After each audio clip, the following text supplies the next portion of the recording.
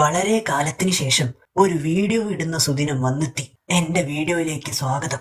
നിങ്ങൾക്ക് ആരെങ്കിലും പ്രേമിക്കാൻ തോന്നുന്നുണ്ടെങ്കിൽ ഉറപ്പായും നിങ്ങൾ കണ്ടിരിക്കേണ്ട ഒരു സിനിമയാണ് ലവർ.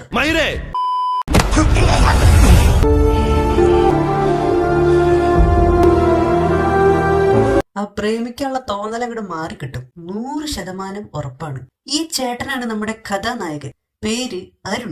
അരുണേട്ടന് പ്രത്യേകിച്ച് പണിയൊന്നും ഇല്ലെങ്കിലും കയ്യിൽ 5 പൈസ ഇല്ല. അരുണേട്ടന് ഒരു ലവർ ഉണ്ട്, അവളാണ് ദിവ്യ. ഒരു കോളേജിലേക്ക് അരുണേട്ടൻ വിജയ് സേതുപതിയെ പോലെ മിമിക്രി ചെയ്യുന്നത് കണ്ടപ്പോഴാണ് ദിവ്യക്ക് അരുണേട്ടനോട് പ്രേമം തോന്നുന്നത്. അവിടുന്ന് അങ്ങോട്ട് ദിവ്യ കലിപ്പനായ അരുണേട്ടന്റെ കാന്താരിയായിട്ട് മാറുകയായിരുന്നു. ദിവ്യ എവിടെ പോയാലും അരുണേട്ടനോട് പെർമിഷൻ ചോദിച്ചിട്ട് വേണം പോവാൻ, ഇല്ലെങ്കിൽ ഉണ്ടല്ലോ நான் உனக்கு கொஞ்ச நேரத்துல திருப்பி கூப்பிடுறேன். என்ன பார்த்தா நான் மறந்துறதா லொகேஷன் அனுப்புன. எங்க இருக்க போனி? யாரை கேட்டு போன நீ? அவ ஃபேர்வெல் கேக்குதா? சொல்லிட்டு போக வேண்டியதானே. பெர்மிஷன் கேட்கணும்னு எதிர்பார்க்கறேன். அது எனக்கு செட் ஆகுது. മൈരേ ദിവ്യ നില്ല്. അരുണേട്ടൻ കലിപ്പ് മൂടിൽ കാറിന്റെ ചില്ല് പൊട്ടിച്ചതാണെങ്കിലും തന്റെ കയ്യ് മുറിഞ്ഞ് ചോര വരും എന്ന് മൂപ്പര് വിചാരിച്ചിട്ടുണ്ടായിരുന്നില്ല. തന്റെ കയ്യിലെ ചോര കണ്ട അരുണേട്ടൻ തല കറങ്ങി വീഴുകയാണ്. ഇയാളുടെ കയ്യൊക്കെ തുന്നിക്കെട്ടാൻ ഈ പണീന്റെ കാശ് വേണം, പക്ഷെ ഇവൾക്ക് പുറത്തേക്ക് പോകണമെങ്കിൽ ഇയാളുടെ പെർമിഷൻ വേണത്രേ. 10 പട്ടിക്ക് തിന്നുള്ള ഇറച്ചിയുണ്ടല്ലോ ദേഹത്ത്. അരുണേട്ടൻ തന്റെ കാന്താരി പെണ്ണിനെ എപ്പോ നോക്കിയാലും ഓരോ തെറി വിളിച്ചുകൊണ്ടിരിക്കും.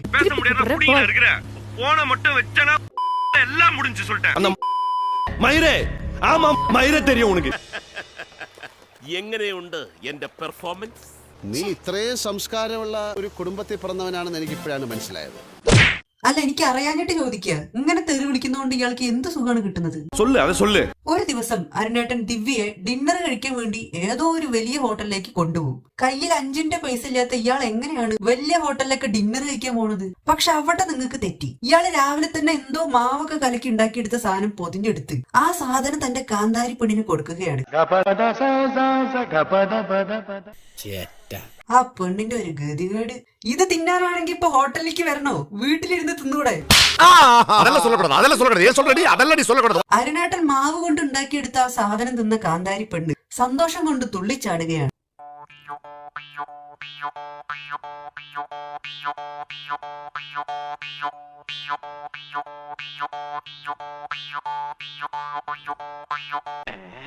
അങ്ങനെ അരുണേട്ടൻ ഉണ്ടാക്കി കൊടുത്ത ആ സാധനം തിന്ന കാന്താരി പെണ്ണിന് മൂപ്പരോടുള്ള സ്നേഹം കൂടുകയാണ്. നീ വിഷമിക്കാൻ, എനിക്കെന്ത് വിഷമം? എനിക്കൊരു വിഷമമില്ല, എനിക്കൊരു വിഷമമില്ല.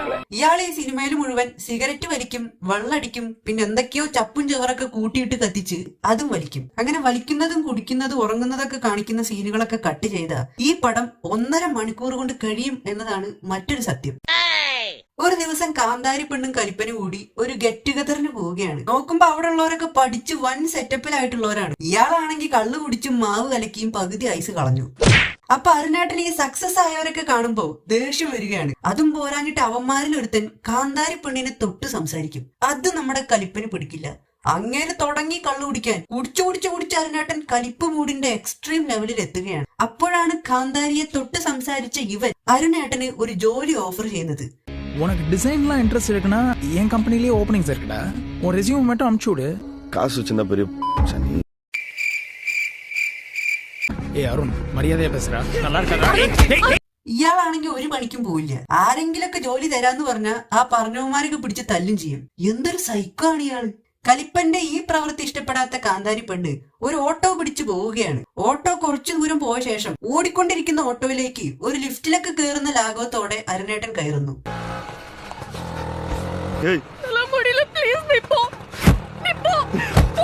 ഇതെന്താത് BGMോ? നിങ്ങൾക്ക് പ്രാന്താന്ന് വെച്ചിട്ട് എന്തിനാണ് ആ പാവം ചേട്ടന്റെ വണ്ടി തല്ലി പൊളിക്കണത്? അയാൾ എന്ത് ചെയ്തിട്ടാ? എന്നിട്ട് എന്തൊക്കെയോ പറഞ്ഞ് അതുപോലെ തന്നെ ഇറങ്ങി പോവാണ്.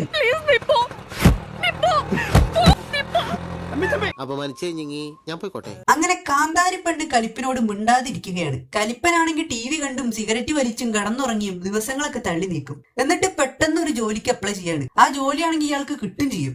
അത് മനസ്സിലാക്കിയ കാന്താരി പെണ്ണ് വീണ്ടും തിരിച്ചു വരികയാണ്. കലിപ്പനും ഹാപ്പിയായ കലിപ്പൻ കാന്താരിയോട് ഞാൻ നിന്നെ പെണ്ണ് കാണാൻ വരട്ടെ എന്ന് ചോദിക്കും.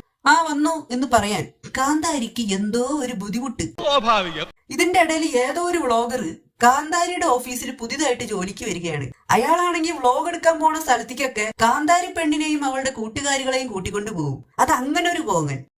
ഈ സമയം ഏതു നേരവും സിഗരറ്റും വലിച്ച് ഉഴപ്പി നടന്നതുകൊണ്ട് നമ്മുടെ കലിപ്പന്റെ ജോലി നഷ്ടപ്പെടുകയാണ്. ജോലി നഷ്ടപ്പെട്ട കലിപ്പൻ തന്റെ കാന്താരി പെണ്ണിനെ ഫോൺ വിളിച്ച് കരയും. പക്ഷെ ജോലി പോയ കാര്യം മാത്രം ഈ പൊട്ടം പറയില്ല. പിന്നെ ഒരു ദിവസം കലിപ്പന്റെ പണി പോയി എന്ന് മനസ്സിലാക്കിയ കാന്താരി പെണ്ണ് വീണ്ടും കലിപ്പനെ അവോയ്ഡ് ചെയ്യും.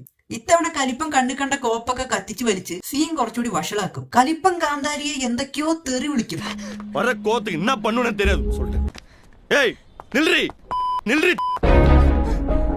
അത് അവൾക്ക് ഇഷ്ടാവില്ല. കലിപ്പൻ പിന്നെ സീനാക്കും. എന്നിട്ട് പിന്നെ കള്ളു കുടിക്കും, പിന്നെ കരയും, പിന്നെയും ഉറങ്ങും, പിന്നെയും സ്കൂട്ടി ഓടിക്കും. റിപ്പീറ്റ്. ഒരു ദിവസം കാന്താരിയുടെ ബർത്ത്ഡേ വരും. അപ്പൊ വീണ്ടും ഒരു ഗിഫ്റ്റ് ഒക്കെ പൊതിഞ്ഞു കെട്ടി ഇയാൾ കാന്താരിയെ തേടി അവളുടെ ഫ്ലാറ്റിലേക്ക് പോവുകയാണ്. തനിക്ക് എന്തിന്റെ സുഖേടാണോ? ചമഞ്ഞു കെട്ടി സമ്മാനപ്പൊതിയായിട്ട് നിൽക്കുകയാണ്.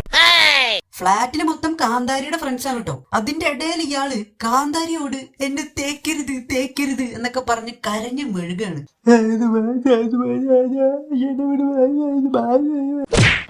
I still care for you. ഇതിന്റെ ഇടയിൽ നമ്മുടെ വ്ലോഗർ എല്ലാരെയും കൂട്ടി എങ്ങോട്ടോ ട്രിപ്പ് പോവാൻ വേണ്ടി പ്ലാൻ ചെയ്യാണ്. അത് അങ്ങനെ ഒരു പോങ്ങൻ പാർട്ട് 2. എന്നാ ഞാനും ഉണ്ട് ട്രിപ്പിന് എന്നും പറഞ്ഞ് ഈ കലിപ്പൻ അവരുടെ കൂടെ ട്രിപ്പിന് പോവാണ്. ഇയാൾ ഈ ട്രിപ്പിന് വരുന്നതിൽ അവർക്കൊന്നും ഒരു താല്പര്യം ഇല്ലാട്ടോ. ப்ரோ இடம்லாம் இருக்கு ப்ரோ, வாங்க, அதெல்லாம் ஒன்றும் பிரச்சனை இல்லை, பெரிய வண்டி தான். அவருக்கு வேற வேலை ஏதாவது இருக்க போகுது, வரல நான் ஃபோர்ஸ் பண்ண வேண்டாம். ഓ, ഇയാളുടെ തോലൊക്കെ എടുത്തിട്ടുണ്ടല്ലോ, ചെണ്ട ഉണ്ടാക്ക ചെണ്ട, അത്രയ്ക്ക് കട്ടിയാണ്. ഇതൊക്കെ കണ്ടിട്ട് എനിക്ക് തന്നെ എന്തോ പോലെ തോന്നുകയാണ്. ഈ ട്രിപ്പിന്റെ ഇടയിൽ കലിപ്പൻ എങ്ങനെയെങ്കിലും തന്റെ കാന്താരിയെ തിരിച്ചു പിടിക്കാൻ വേണ്ടി എന്തൊക്കെയോ കാട്ടിക്കൂട്ടുന്നുണ്ട്. പക്ഷെ അതൊന്നും തന്നെ നടക്കുന്നില്ല.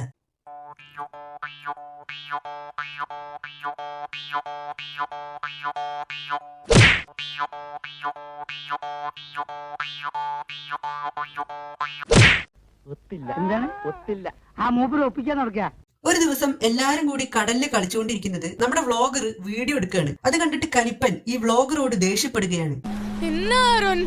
உங்க வீட்ல இந்த ட்ரெஸ்ல பார்த்தா பரவாயில்ல உனக்கு? அவ பீர் அடி தெரிஞ்சாலும் வீட்ல பிரச்சனை ஆகும் ப்ரோ, டெலீட் பண்ணுங்க. அது ஏன் பிரச்சனை? நான் பாத்துக்கிறேன். എന്തിനാ ഇയാൾ ഇങ്ങനെ നാണം കെടാൻ വേണ്ടി ഓരോന്ന് കാട്ടിക്കൂട്ടുന്നു? പിന്നെ നോക്കുമ്പോ ഇത്രയും സങ്കടക്കുള്ള ഇയാള് ഒരു കുത്ത് പാട്ടും വെച്ച് കടന്ന് തുള്ളാണ്. അത് കണ്ടിട്ട് ബാക്കിയുള്ളവരും കടന്ന് ഡാൻസ് കളിക്കുന്നു.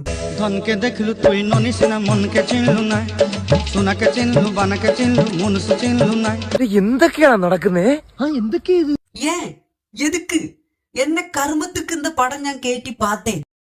പിന്നെ ഇയാൾ കള്ളു കുടിച്ച് ഓവറായി കടലിൽ പോയി ചാവാൻ നോക്കി. അവിടുന്ന് എല്ലാരും കൂടി രക്ഷപ്പെടുത്തി കൊണ്ടുവന്ന് ഇയാൾ റൂമിലൊക്കെ വാള് വെച്ച് പിന്നെ ഇയാൾ ഇവരുടെ കൂടെ ടൂർ പോയി. പിന്നെയും കാന്താരിയോട് ദേഷ്യപ്പെട്ട് പിന്നെയും കുറെ കിടന്ന് മൂങ്ങി. ഒടുക്കം കറക്റ്റ് ആയിട്ട് പറഞ്ഞ 2 മണിക്കൂർ 17 മിനിറ്റ് 6ാമത്തെ സെക്കൻഡിൽ കലിപ്പൻ കാന്താരിയെ ഉപേക്ഷിച്ച് ഒരു കോഫി ഷോപ്പ് തുടങ്ങി ജീവിച്ചു. ഇയാളുടെ കോഫി ഷോപ്പിൽ ചായ കുടിക്കാൻ വന്ന കാന്താരിക്ക് സിനിമയുടെ തുടക്കത്തിൽ ഇയാൾ മാവ് വെച്ച് കലക്കി ഉണ്ടാക്കി കൊടുത്ത ആ സാധനം ഇയാൾ തിന്നാൻ കൊടുക്കുകയാണ്. ഇതുവരെ കാണിച്ചതൊക്കെ വീണ്ടും ഒന്നുകൂടെ റിപ്പീറ്റ് എന്ന് പറയാനാണ് സംവിധായകൻ ഉദ്ദേശിച്ചതെങ്കിൽ ഒരു പിടി മണൽ വാരി അവന്റെ മർമ്മസ്ഥാനത്തിട്ട് എന്നിട്ട് അതിന് കേറി നിന്ന് ഉപ്പിറ്റി വെച്ചിട്ട് ഇങ്ങനെയാണ് തിരിക്കുമ്പോ അതൊരു രസം. പക്ഷെ ഓൾറെഡി സിനിമ 2.5 മണിക്കൂർ ആവാറായതുകൊണ്ട് മാത്രം ഈ പടം അവിടെ വെച്ച് അവസാനിച്ചു. ഈ സിനിമയ്ക്ക് ഇപ്പൊ ലവർ എന്ന് പേരിടാൻ മാത്രം പ്രത്യേകിച്ചൊന്നും ഇതിലില്ല. ഈ സിനിമയ്ക്ക് ഇതിന്റെ പ്രൊഡ്യൂസറിന്റെ പേരിട്ടാലും ഔട്ട്പുട്ട് ഒക്കെ സെയിം തന്നെ ആയിരിക്കും. ഒന്ന് പോടും.